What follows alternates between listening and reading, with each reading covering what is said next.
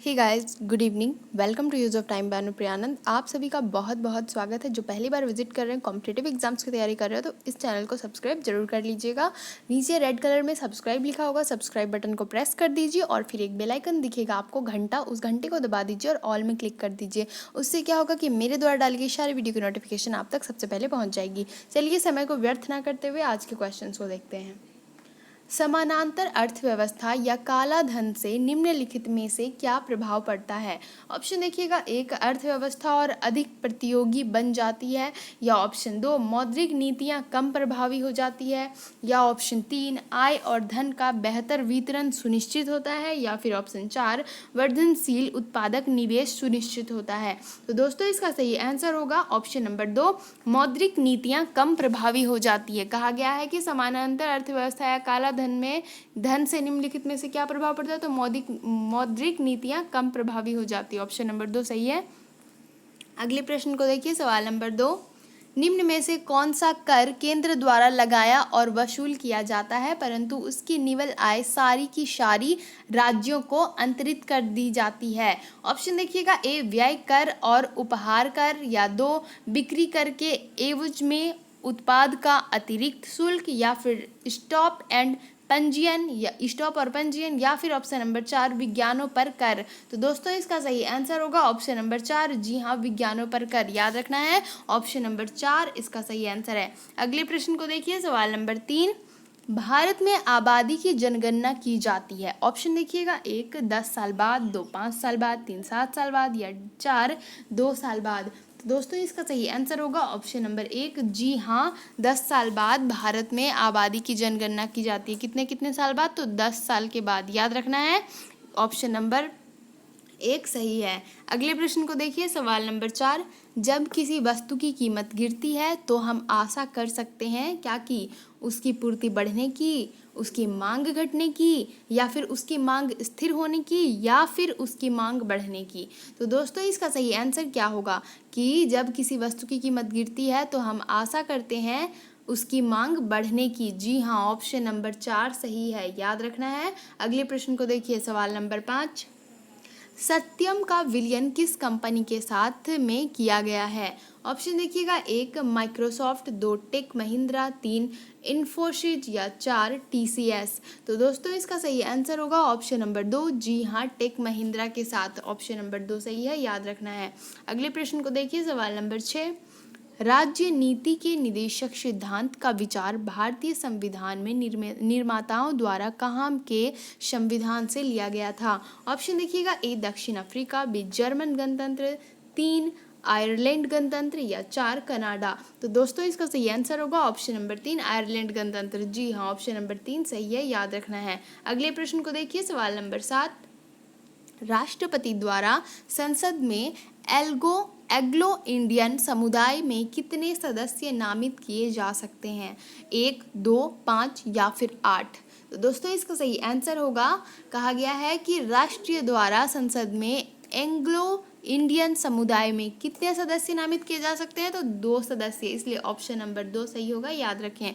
अगले प्रश्न को देखिए, सवाल नंबर 8, गांधी जी की राम राज्य की परिभाषा क्या है? ऑप्शन देखिएगा, एक, वैसा शासन जैसा राम के समय में था, या फिर दो, शुद्ध नैतिक प्राधिकार पर आधारित जनता की प्रभुसत्ता, या फिर ऑप्शन तीन, सभी का अधिकतम हित, या ऑप्शन चार, संपूर्ण शक्ति राजा के हाथों में केंद्रित। तो दोस्तों, इसका सही आंसर होगा ऑप्शन नंबर तीन, गांधी जी की राम राज्य की परिभाषा क्या थी? तो क्या है? तो उनका है सभी का अधिकतम हित, यानी कि ऑप्शन नंबर तीन सही है। याद रखें। अगले प्रश्न को देखिए, सवाल नंबर 9, राष्ट्रपति पर महाभियोग कौन शुरू कर सकता है? ऑप्शन देखिएगा, एक, संसद के किसी भी सदन के 1/4 सदस्य, या फिर ऑप्शन दो, संसद के किसी भी सदन के आधे सदस्य, या ऑप्शन तीन, राज्यों के आधे विधानमंडल, या ऑप्शन चार, किसी भी राज्य विधान मंडल के 1/3 सदस्य। तो दोस्तों इसका सही आंसर क्या होगा? इसका सही आंसर होगा ऑप्शन नंबर 1। जी हाँ, संसद के किसी भी सदन के 1/4 सदस्य। ऑप्शन नंबर 1 सही है, याद रखें। अगले प्रश्न को देखिए, सवाल नंबर 10। सुरक्षा परिषद के अस्थायी सदस्य चुने जाते हैं किसके लिए? ऑप्शन देखिएगा कितने दिन के लिए, तो ऑप्शन देखिएगा एक वर्ष के लिए, 2 वर्ष के लिए, 3 वर्ष के लिए या 6 महीने के लिए। तो दोस्तों इसका सही आंसर होगा ऑप्शन नंबर 2। जी हाँ, 2 वर्ष के लिए सुरक्षा परिषद के अस्थायी सदस्य चुने जाते हैं 2 वर्ष के लिए। याद रखना है, ऑप्शन नंबर 2 सही है। चलिए अगले प्रश्न को देखते हैं, सवाल नंबर 11। गुप्त शासकों के बारे में निम्न में से कौन सा कथन सही नहीं है? ऑप्शन देखिएगा 1, उन्होंने मुख्यतः उत्तर तथा मध्य भारत के भागों पर शासन किया, या फिर ऑप्शन 2, राजपद वंशागत था और सिंहासन सदा सबसे बड़े पुत्र को मिलता था, या ऑप्शन 3, न्याय प्रणाली पहले की अपेक्षा बहुत अधिक विकसित थी, या फिर ऑप्शन 4, भूमि करों में वृद्धि हुई और व्यापार तथा वाणिज्य पर करों की में कमी। तो दोस्तों इसका सही आंसर क्या होगा? इसका सही आंसर होगा ऑप्शन नंबर 4। गुप्त शासकों के बारे में कौन सा कथन सही नहीं है? तो ऑप्शन नंबर 4 गलत कथन है, इसलिए ऑप्शन नंबर 4 सही होगा। भूमि करों में वृद्धि हुई, व्यापार तथा वाणिज्य पर करों में कमी, यह ऑप्शन नंबर 4 गलत है, इसलिए ऑप्शन नंबर 4 सही होगा। ये कथन सही नहीं है। अगले प्रश्न को देखिए, सवाल नंबर 12। संस्कृत व्याकरण निम्न में से किसने लिखा था? ऑप्शन देखिएगा 1, कालिदास, 2, चरक, 3, पाणिनि या 4, आर्यभट्ट। तो दोस्तों इसका सही आंसर होगा ऑप्शन नंबर 3। जी हाँ, पाणिनि ने संस्कृति व्याकरण लिखा था। किसने? तो पाणिनि ने। अगले प्रश्न को देखिए, सवाल नंबर 13। अधिमिलन प्रपत्र पर हस्ताक्षर करने वाला निम्न में से पहला कौन था? ऑप्शन देखिएगा 1, बड़ौदा का महाराजा, ऑप्शन 2, ट्रावनकोर का दीवान, या ऑप्शन 3, हैदराबाद का निजाम, या ऑप्शन 4, जोधपुर का राजा। तो दोस्तों इसका सही आंसर होगा ऑप्शन नंबर 2, ट्रावनकोर का दीवान। अधिनियम प्रपत्र पर हस्ताक्षर करने वाला पहला कौन था? तो ट्रावनकोर का दीवान था, याद रखें। अगले प्रश्न को देखिए, सवाल नंबर 14। निम्न में से किसकी रचना हर्षवर्धन ने नहीं की थी? ऑप्शन देखिएगा 1, हर्षचरित, 2, रत्नावली, 3, प्रियदर्शिका, या 4, नागानंद। तो दोस्तों इसका सही आंसर क्या होगा? फ्रेंड्स इसका सही आंसर होगा ऑप्शन नंबर 1, हर्षचरित। कहा गया है कि किसकी रचना हर्षवर्धन ने नहीं की थी, तो हर्षचरित की रचना हर्षवर्धन ने नहीं की थी, याद रखना है। अगले प्रश्न को देखिए, सवाल नंबर 15।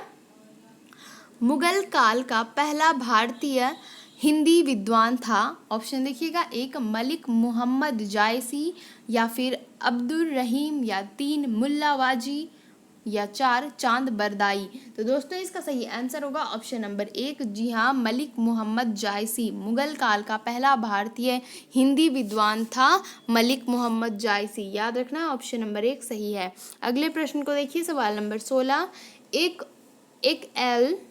एक एलॉय जर्मन सिल्वर में कौन सी धातु नहीं होती? एक एलॉय जर्मन सिल्वर में कौन सी धातु नहीं होती?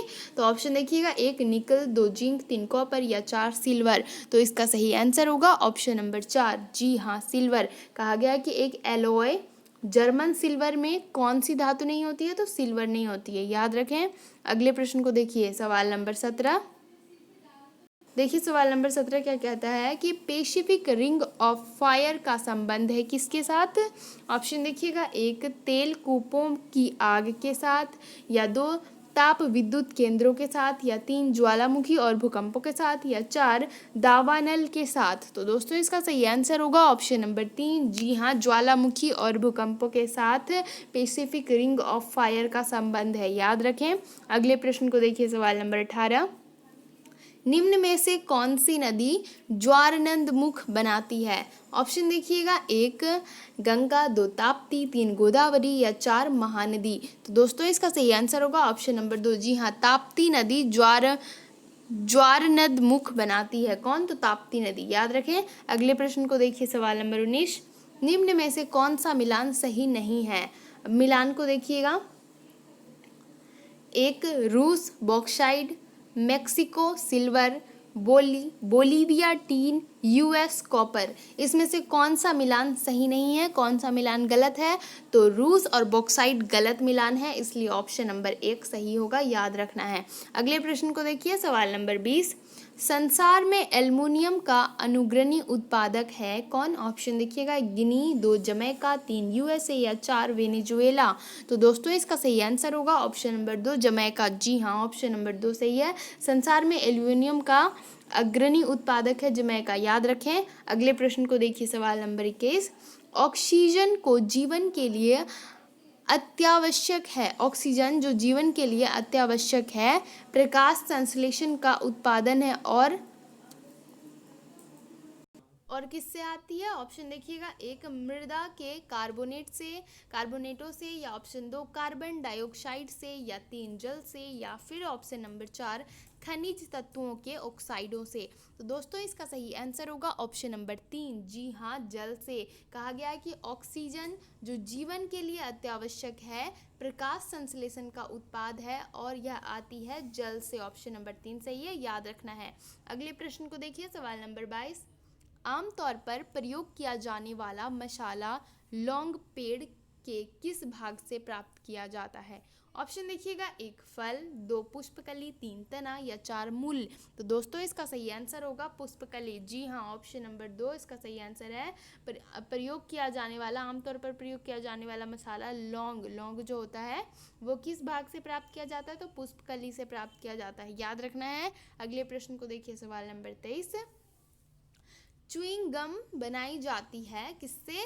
च्युइंग गम, ऑप्शन देखिएगा, 1 रेजिन से, 2 टेनिन से, 3 लेटेक्स से या 4 गोंद से। तो दोस्तों इसका सही आंसर होगा ऑप्शन नंबर 3 लेटेक्स से बनाई जाती है च्युइंग गम, याद रखना है। किससे बनाई जाती है? लेटेक्स से। अगले प्रश्न को देखिए, सवाल नंबर 24।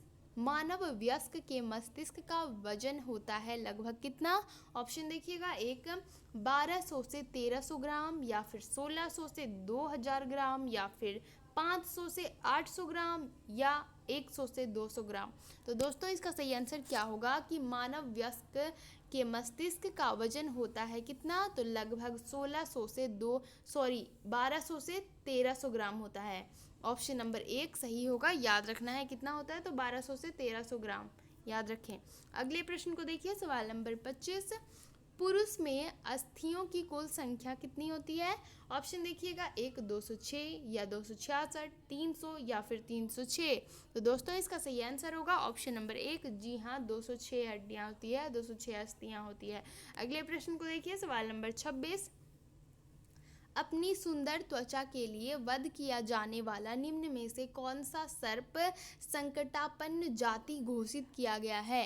ऑप्शन देखिएगा, 1 अजगर, 2 नागराज, 3 रसल प्रिदाकु या 4 करैत। तो दोस्तों इसका सही आंसर क्या होगा? ऑप्शन नंबर 3 सही आंसर है, रसल प्रिदाकु वाइपर। जी हाँ, ऑप्शन नंबर 3 सही है।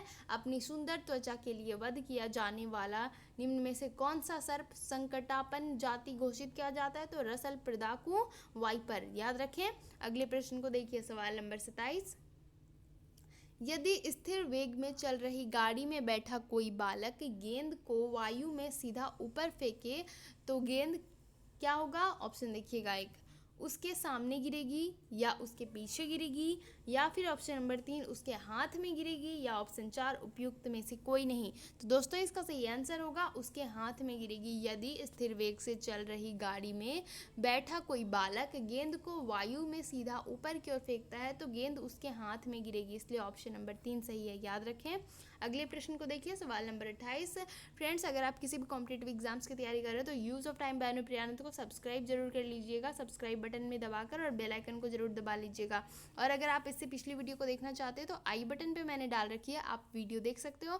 नीचे डिस्क्रिप्शन में भी लिंक है, वहाँ पर भी आप मेरी वीडियोज़ को देख सकते हो।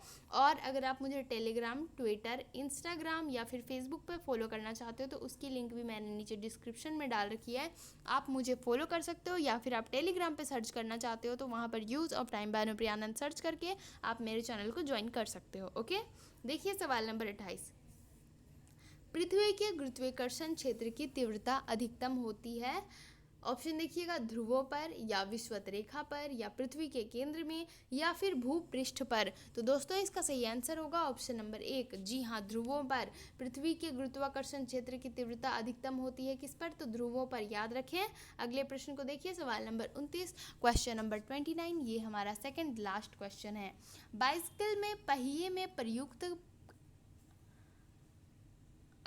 बढ़ाती है उसका क्या? ऑप्शन देखिएगा, 1 जड़त्व आघूर्ण, 2 वेग, 3 त्वरण या 4 संवेग। तो दोस्तों इसका सही आंसर होगा ऑप्शन नंबर 1। जी हाँ, जड़त्व आघूर्ण, ऑप्शन नंबर 1 सही है, याद रखना है। अगले प्रश्न को देखिए, सवाल नंबर 30, ट्रांसफार्मर किसके सिद्धांत पर काम करता है? ऑप्शन देखिएगा, 1 स्वप्रेरण, 2 अन्योन्य प्रेरण, 3 जनरेटर या 4 इन्वर्टर। तो दोस्तों इसका सही आंसर क्या होगा? पहली बात तो अगर आपको वीडियो अच्छा लगता हो तो प्लीज़ लाइक ज़रूर कर दीजिएगा और कमेंट करके बताइएगा कि वीडियो आपको कितना इन्फॉर्मेटिव लग रहा है, और जितना शेयर कर सकते हो आप वीडियो को उतना शेयर कीजिए, क्योंकि ये वीडियो उन तक ज़रूर पहुंचा दीजिए जो लोग एग्जाम्स की तैयारी कर रहे हैं, उन तक ये वीडियो ज़रूर शेयर कर दीजिए, क्योंकि ये सारे टॉप सेलेक्टेड क्वेश्चन है। मैं आज नहीं कह रही हूँ, मैं हर रोज़ कहती हूँ कि ये सारे टॉप सेलेक्टेड क्वेश्चन है। सुबह 6 बजे करेंट अफेयर और शाम 8 बजे जनरल अवेयरनेस की क्लास होती है। किसी भी कॉम्पिटेटिव एग्जाम्स की तैयारी कर रहे हैं कोई भी बच्चे, तो उन तक ये वीडियो ज़रूर पहुंचा दीजिएगा।